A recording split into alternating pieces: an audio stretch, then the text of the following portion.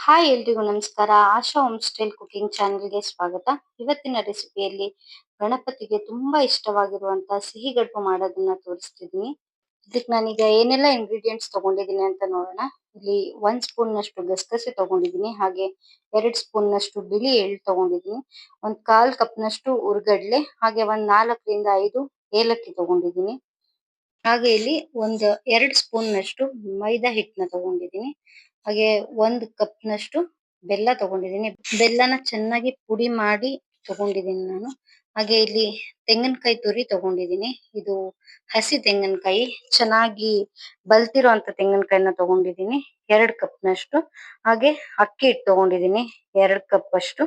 ಸ್ವಲ್ಪ ತುಪ್ಪ ತಗೊಂಡಿದ್ದೀನಿ. ಹೇಗ್ ಮಾಡೋದು ಅಂತ ನೋಡೋಣ. ನಾನಿಲ್ಲಿ ಒಂದ್ ಪ್ಯಾನ್ ತಗೊಂಡಿದ್ದೀನಿ. ಪ್ಯಾನ್‌ನ ಬಿಸಿ ಮಾಡಕ್ ಇಟ್ಕೊಂಡು ಅದಕ್ಕೆ ಬಿಳಿ ಎಳ್ಳು ತಗೊಂಡಿದ್ನಲ್ಲ ಅದನ್ನ ಹಾಕೊಂಡಿದ್ದೀನಿ. ಹಾಗೆ ಗಸಗಸೆ ತಗೊಂಡಿದ್ದೆ. ಗಸಗಸೆನೂ ಇದಕ್ಕೆ ಸೇರಿಸ್ಕೊಂಡು ಚೆನ್ನಾಗಿ ಡ್ರೈ ರೋಸ್ಟ್ ಮಾಡ್ಕೋಬೇಕು. ಸ್ವಲ್ಪ ಕೆಂಪು ಬಣ್ಣ ಬರೋವರೆಗೂ ರೋಸ್ಟ್ ಮಾಡ್ಕೋಬೇಕು. ತುಂಬಾ ಬಿಸಿ ಮಾಡ್ಕೋಬಾರ್ದು ಇದನ್ನ. ತುಂಬಾ ರೋಸ್ಟ್ ಮಾಡ್ಕೊಳ್ಳೋದ್ರಿಂದ ಕಡುಬು ಕಹಿ ಬಂದ್ಬಿಡುತ್ತೆ. ಹಾಗಾಗಿ ಸ್ವಲ್ಪ ಬಣ್ಣ ಚೇಂಜ್ ಆಗೋವರೆಗೂನು ರೋಸ್ಟ್ ಮಾಡ್ಕೋಬೇಕಾಗುತ್ತೆ. ಈಗ ನೋಡ್ತಿರ್ಬೋದು, ಇಷ್ಟು ರೋಸ್ಟ್ ಆದ್ರೆ ಸಾಕು. ಇದನ್ನ ತೆಗೆದು ಈಗ ಪಕ್ಕಕ್ಕೆ ಇಟ್ಕೋತಿದೀನಿ. ಹಾಗೆ ಇಲ್ಲಿ ನಾನೊಂದು ಚಿಕ್ಕದು ಮಿಕ್ಸಿ ಜಾರ್ ತಗೊಂಡಿದೀನಿ. ಅದಕ್ಕೆ 1/4 ಕಪ್‌ನಷ್ಟು ಕಡಲೆಪಪ್ಪು ಹಾಕೊಂಡು, ಹಾಗೆ ನಾನು ತಗೊಂಡಿರೋಂಥ ಏಲಕ್ಕಿ ಕಾಯಿ ಹಾಕೊಂಡು ರುಬ್ಬಿ ತೆಗ್ದಿಟ್ಕೊತಿದೀನಿ. ಹಾಗೆ ಅದೇ ಪ್ಯಾನ್‌ಗೆ ಈಗ ನಾನಿಲ್ಲಿ 2 ಕಪ್‌ನಷ್ಟು ಕಾಯಿ ತುರಿ ಹಾಕೋತಿದೀನಿ. ಹಸಿ ಕಾಯೇ ತಗೊಳ್ಳಿ, ಯಾಕಂದ್ರೆ ಅದು ತುಂಬಾ ರುಚಿಯಾಗಿ ಬರುತ್ತೆ ಕಡುಬು. ಹಾಗಾಗಿ ಹಾಗೆ ನಾನಿಲ್ಲಿ 1 ಕಪ್‌ನಷ್ಟು ಬೆಲ್ಲ ತಗೊಂಡಿದ್ದೀನಿ.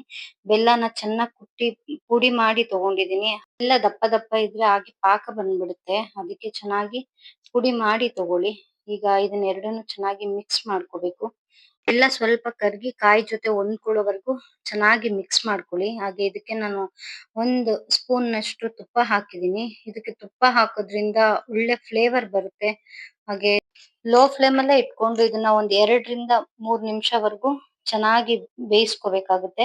ಅದರಲ್ಲಿ ಬೆಲ್ಲದಲ್ಲಿರೋ ನೀರೆಲ್ಲ ಬಿಟ್ಕೊಂಡು ಅದು ಸ್ವಲ್ಪ ಡ್ರೈ ಆಗೋವರೆಗೂ ಚೆನ್ನಾಗಿ ಬೇಯಿಸ್ಕೋಬೇಕು. ಈಗ ಇದಕ್ಕೆ ಹುರ್ಗಡ್ಲೆ ಮತ್ತೆ ಏಲಕ್ಕಿ ಕಾಯಿ 2 ಹಾಕಿ ರುಬ್ಬಿಟ್ಕೊಂಡಿದ್ನಲ್ಲ ಅದನ್ನ ಸೇರಿಸ್ಕೊತಿದೀನಿ. ಹಾಗೆ ರೋಸ್ಟ್ ಮಾಡಿ ಇಟ್ಕೊಂಡಿರೋಂಥ ಬಿಳಿ ಎಳ್ಳು ಮತ್ತೆ ಗಸಗಸೆನ ಅದನ್ನು ಸೇರಿಸ್ಕೊಂಡು ಚೆನ್ನಾಗಿ ಮಿಕ್ಸ್ ಕೊಟ್ಕೋತಿದೀನಿ. ನಾನಿಲ್ಲಿ 1/4 ಕಪ್‌ನಷ್ಟು ತಗೊಂಡಿದ್ದೆ ಹುರ್ಗಡ್ಲೆನ. ಸೊ ಅದಷ್ಟು ಹಾಕೊಂಡಿದೀನಿ. ಈಗ ನೋಡಿ ಇದೆಲ್ಲ ಚೆನ್ನಾಗಿ ಹೊಂದ್ಕೊಂಡಿದೆ. ಈ ರೀತಿ ಆದ್ಮೇಲೆ ತೆಗೆದು ನಾನು ಪಕ್ಕಕ್ಕೆ ಇಟ್ಕೊಂತಿದೀನಿ. ಈಗ ಇಲ್ಲೊಂದು ಕಡಾಯಿ ಇಟ್ಕೊಂಡಿದೀನಿ. ಕಡಾಯಿಗೆ ಒಂದು 2.5 ಕಪ್ಪಷ್ಟು ನೀರ್ ಹಾಕೊಂಡಿದೀನಿ. ನೀರ್ನ ಈಗ ಸ್ವಲ್ಪ ಬಿಸಿ ಆಗಕ್ ಇಟ್ಟಿದೀನಿ. ಈಗ ಒಂದ್ 2 ಸ್ಪೂನ್‌ನಷ್ಟು ಮೈದಾ ತಗೊಂಡಿದ್ನಲ್ಲ ಅದನ್ನ ಪೂರ್ತಿ ಗಂಟಿಲ್ದೆ ಚೆನ್ನಾಗಿ ಕಲ್ಸ್ಕೊಂಡು ಇದಕ್ ಹಾಕೋತಿದೀನಿ. ಮೈದಾ ಹಾಕೋದ್ರಿಂದ ಕಡುಬುಗಳು ಒಡೆಯೋದಿಲ್ಲ. ಹಾಗಾಗಿ ಒಂದ್ 2 ಸ್ಪೂನ್‌ನಷ್ಟು ಮೈದಾ ತಗೊಂಡ್ರೆ ಸಾಕು. ಅದನ್ನ ನೀಟಾಗಿ ಕಲ್ಸಿ ಅದ್ರೊಳಗಡೆ ಹಾಕೋತಿದೀನಿ ನೀರ್ಗೆ. ನೀರ್ಗ್ ಹಾಕೊಂಡ್ ಅದು ಒಂದ್ ಕುದಿ ಬರೋವರೆಗೂ ಇಟ್ರೆ ಸಾಕು. ಅದಕ್ಕೆ ಒಂದು ಅರ್ಧ ಸ್ಪೂನ್‌ನಷ್ಟು ತುಪ್ಪ ಹಾಕೋತಿದೀನಿ. ತುಪ್ಪ ಹಾಕೋದ್ರಿಂದ ಸಾಫ್ಟ್ ಬರುತ್ತೆ ಕಡುಬು. ನೀರ್ ಚೆನ್ನಾಗಿ ಬಿಸಿ ಆಗಿದೆ. ನಾನು ಇದಕ್ಕೆ ತಗೊಂಡಿರೋ ಅಕ್ಕಿ ಹಿಟ್ಟನ್ನ ಸೇರಿಸ್ಕೊಂಡು ಚೆನ್ನಾಗಿ ಮಿಕ್ಸ್ ಮಾಡ್ಕೊತಿದೀನಿ. ನಾನಿಲ್ಲಿ 2 ಕಪ್ ಅಷ್ಟು ಅಕ್ಕಿ ಹಿಟ್ಟು ತಗೊಂಡಿದ್ದೆ. ಅದನ್ನ ಪೂರ್ತಿ ಹಾಕಿ ಚೆನ್ನಾಗಿ ಮಿಕ್ಸ್ ಮಾಡ್ಕೊತಿದೀನಿ. ಈ ರೀತಿ ದೋಸೆ ಎಲ್ಲೆಲ್ಲಾದ್ರೂ ಮಿಕ್ಸ್ ಮಾಡ್ಕೊಳ್ಳಿ, ಅಥವಾ ಮಸಿಯೋ ಕೋಲ್ ಇರುತ್ತಲ್ಲ ಅದ್ರಿಂದಾದ್ರೂ ಚೆನ್ನಾಗಿ ಮಿಕ್ಸ್ ಮಾಡ್ಕೊಳ್ಳಿ ನೀವು. ಹಿಟ್ಟು ಹಾಕದ್ಮೇಲೆ ಜಾಸ್ತಿ ಹೊತ್ತು ತಣ್ಣಗಾಗಕ್ ಬಿಡ್ಬೇಡಿ.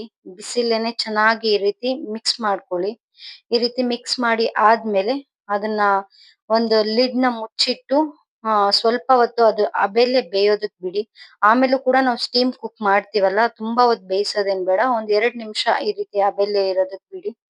ಹೂರ್ಣ ಸ್ವಲ್ಪ ತಣ್ಣಗಾಗಿದೆ. ಇದಕ್ ನಾನು ಕೈಗೆ ಸ್ವಲ್ಪ ತುಪ್ಪ ಸವರ್ಕೊಂಡು ಅದನ್ನ ಚಿಕ್ಕದಾಗಿ ಉಂಡೆಗಳನ್ನ ಮಾಡಿ ಇಟ್ಕೋತಿದೀನಿ. ನೀವ್ ಯಾವ ಸೈಜಲ್ಲಿ ಕಡುಬು ಮಾಡ್ತಿರೋ ನೀವ್ ನೋಡ್ಕೊಂಡು ಆ ಸೈಜಲ್ಲಿ ಉಂಡೆಗಳನ್ನ ಮಾಡಿ ಇಟ್ಕೊಳ್ಳಿ.